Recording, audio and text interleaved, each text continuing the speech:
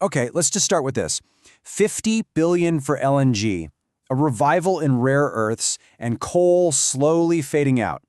At first glance, it looks like total chaos, right? But believe it or not, these aren't random moves at all. There's a clear story here. So, today, we're going to follow the money. We're going to decode what's really happening in the wild world of energy. We'll connect the dots between all these headlines that seem to have nothing in common, and we'll get to the bottom of the one big idea that's pulling all the strings.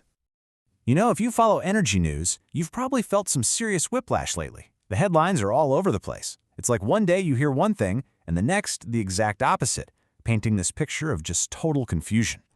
And this really lays out the puzzle perfectly. So on one hand, you've got money just pouring out of certain areas. BP ditches a €1 billion biofuels project. BHP axes 750 coal jobs. But then on the other hand, you see this flood of cash coming in. A brand new rare earth plant opens up. And then Shell drops an absolutely massive $50 billion bomb on a new LNG plant. I mean, what is going on here? It just feels completely random, doesn't it? A canceled plant over here, a gigantic new project over there. It just doesn't add up. So, what's the real story? What's the hidden logic that ties all of this together? Well, the one idea that makes sense of all this chaos is something called the Great Capital Rotation. And honestly, this is the key to understanding the entire energy landscape right now. All right, so what does that even mean? Put simply, it's just a huge intentional shift of money. We're talking about investors pulling billions and billions out of industries they think are on their way out, and then strategically pouring that cash into the sectors they're betting on to win the future. This isn't some random panic. It's a very calculated reshuffle of the deck.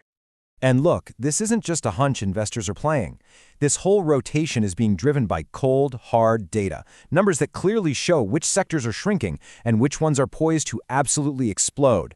So let's start with where the money is leaving. Yeah, let's just take coal as a perfect example. See, global demand for it actually peaked way back in 2019. And as you can see here, ever since then, it's been dropping by about 1.5% year after year after year. When you're a big investor, a steady decline like that, that's a massive red flag. It's basically a giant exit sign. So you can see why the money is leaving, right? For coal, it's that slow, steady bleed in demand we just saw. But for something like biofuels, it's a completely different story. They're getting absolutely hammered by the rise of EVs on one side and kind of weak government subsidies on the other. It's gotten so bad that even these huge billion-euro projects just don't make financial sense anymore. Okay, so we've covered where the money is running from. Now for the exciting part. Where is it all going? This is where we get to see who the new titans of energy are going to be. $50 billion. Just let that sink in. This is not just some investment. It is one of the single biggest, boldest bets on energy we've seen this decade. What Shell and YPF are doing here is screaming from the rooftops that they don't just see a future in liquefied natural gas. They see it as the future, and they're putting a fortune down to prove it. And just look at what a bet like that does. Argentina is basically set to go from being a nobody in the LNG game to targeting 30 million tons a year by 2032. I mean, if they pull that off, they're going to be one of the top 5 LNG exporters on the entire planet, all in less than a decade. That is what capital rotation looks like when it hits the ground. And you know, this isn't just happening in Argentina. It's not a one-off. We're seeing similar big plays all over the place. You've got Mozambique expanding its offshore gas with the Coral Norte project. The big energy players are all making the exact same move, locking down long-term natural gas supplies, especially to feed that massive growing demand in Asia.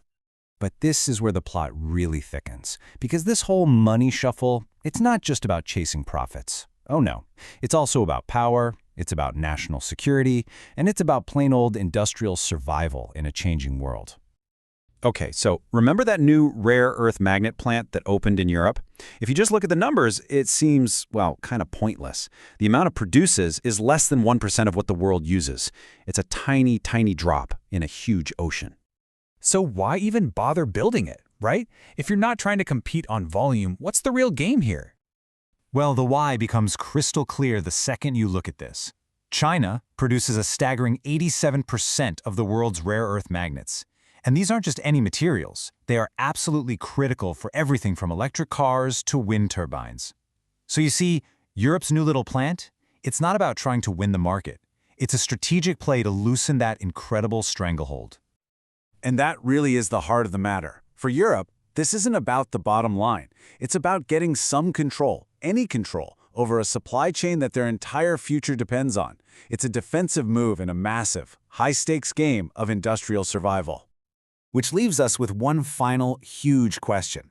As this great capital rotation completely redraws the energy map of the world, we have to realize it's not just about what kind of fuel is in our cars. It's about power. It's about who controls the essential supply lines that are going to shape the 21st century. The game is on.